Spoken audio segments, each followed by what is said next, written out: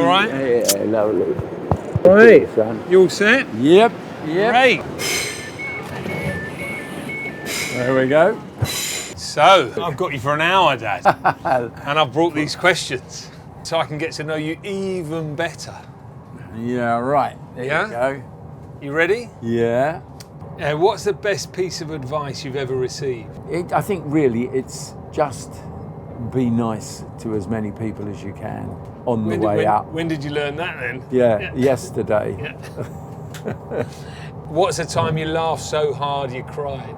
When we all went to see Barry Humphries playing Les Patterson, and I was laughing so hard you really thought I was having a heart attack. I'd collapsed between the seat and the seat in front. It was too much. What was your first job? My first job, when I was 5 years old, was making the tea. I thought the fish and chip shop was the No, first that was job. second job. What age was that? That was about 7. If we could take another train journey anywhere in Britain together, where would we go and what would we talk about?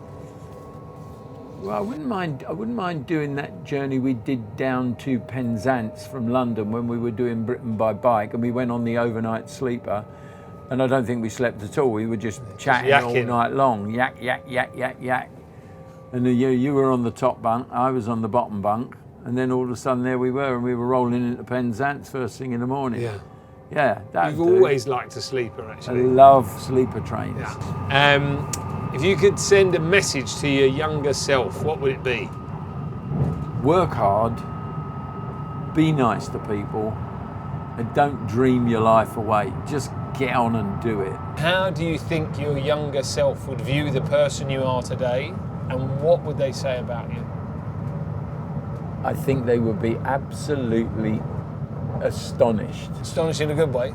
Oh yeah, to realise, what a life they were on the way to having. That's it. Good, well I'm pleased to hear it, Dada, because I tell you this all the time. Yeah, exactly. You've got to feel happy with what you've achieved. Exactly. And how you've lived your life. That's it's great. it. You've had an I know, incredible life. I know. Very lucky, very charmed. Tell me. When are you most happy? With my kids. Anything you want to add to that? No. Okay. That's it. What's one thing you really value about me? Your honesty. Yeah? Yeah. How much so? At what point does it get too honest? Yeah, well, very soon after it starts, usually. What's a part of yourself that you've had to hide in order to be accepted?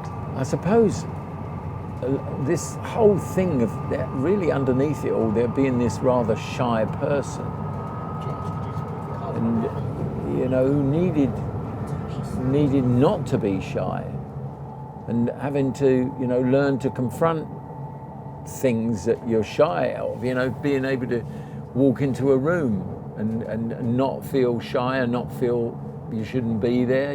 Be able to just put yourself out. Those are things that I've had to overcome. Confidence, self-confidence. Yeah, self-confidence. Because you present as someone who's very confident. Exactly.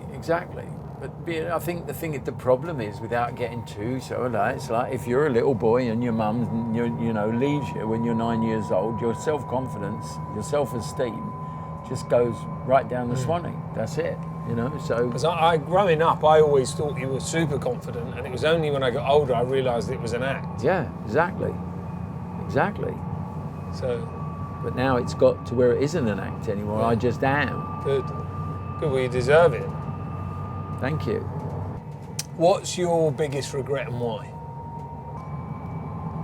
Not being nice enough to enough people over my life. A lot of people that I've upset.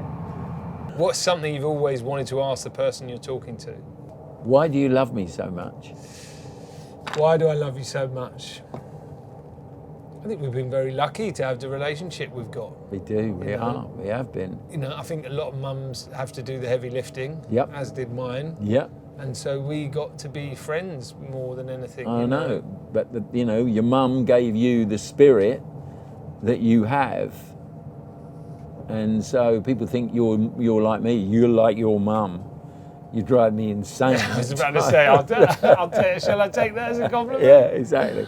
No, it is. It's a major compliment, because without her, you and I would not have had this relationship. So what's been your favourite part of this conversation? What did you learn? Being on the train having this conversation is just like a gift. You know, that's it. Just you and me and chatting. It's lovely. Proper time. Proper time, mate. Proper time on the train. Papa, that's it. That's all my questions. How did I do? Well, quite badly, I'm afraid. Actually, you're gonna have to resit it at the end of the summer. How do you think you're gonna do? I think I hope to do well. Yeah? Yeah, I hope you get to find out some stuff you didn't know pressure. about me. My turn, right? Here we go. What was your favourite activity growing up and why? My favourite activity, I think, was just like just hanging out, like long summers.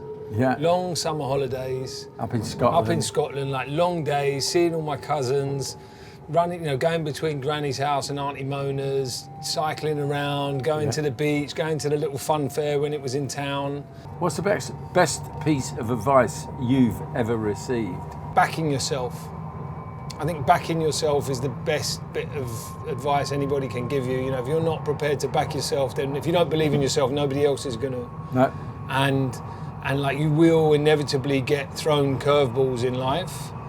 And so just having that resilience and that deep belief in yourself and your abilities, like that's what's going to take you through.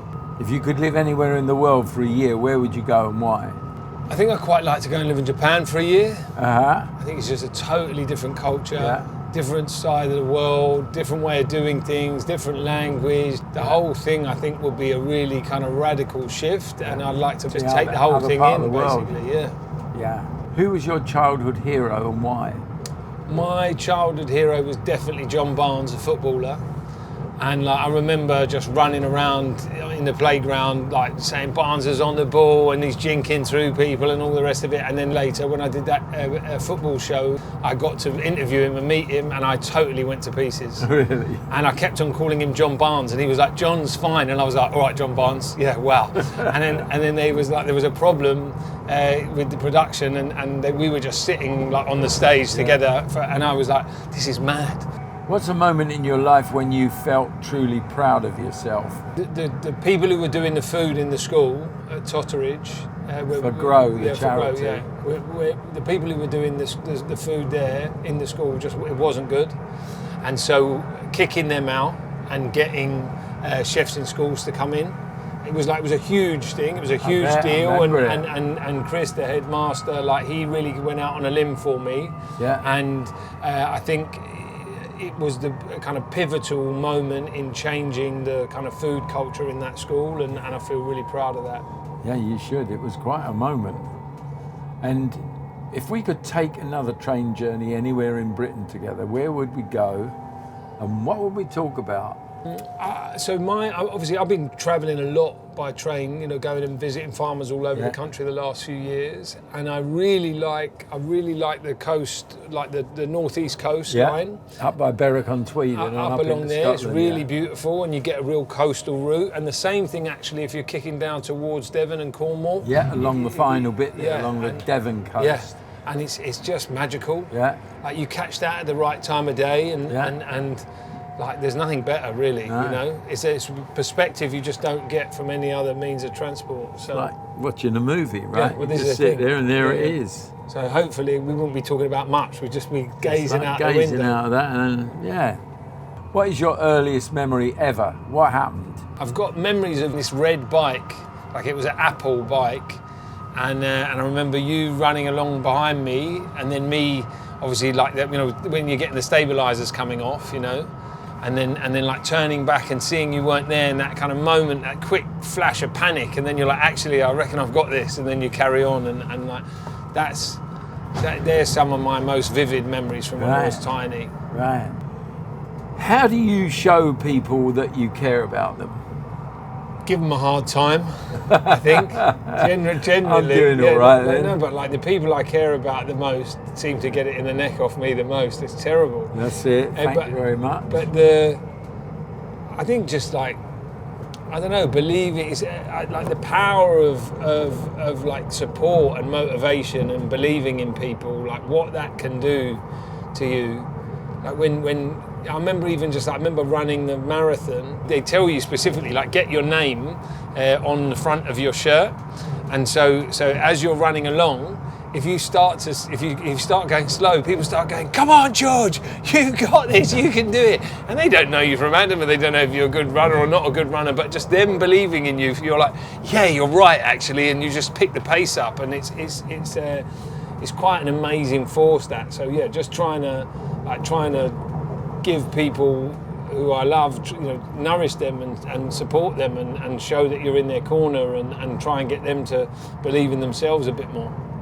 And give them a hug. Well, that's all part of it, isn't it? No, but that was really lovely. Yeah. What a nice thing to do, to just sit down and not be interrupted by 1,000 other things. I know.